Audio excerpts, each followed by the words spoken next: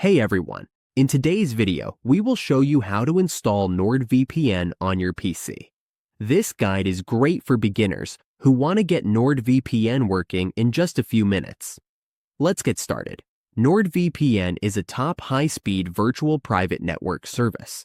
It keeps our online browsing safe by encrypting traffic, hiding our IP addresses, and letting us bypass geo-restrictions with over 8,900 servers. It has a strict no-logs policy, protects us from malware, blocks ads, and works on all major platforms. With NordVPN, we can protect up to 10 devices.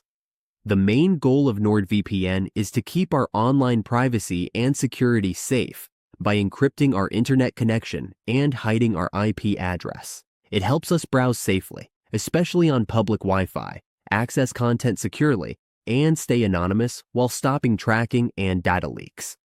Now let's see how to install NordVPN on our PC. First, we open our browser. We go to NordVPN.com. Once we are on the main page, we go to the top of the page.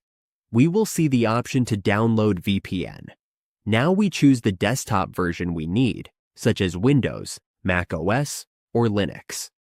For this guide, we are using Windows, so we click Windows. We will be redirected to the Download section.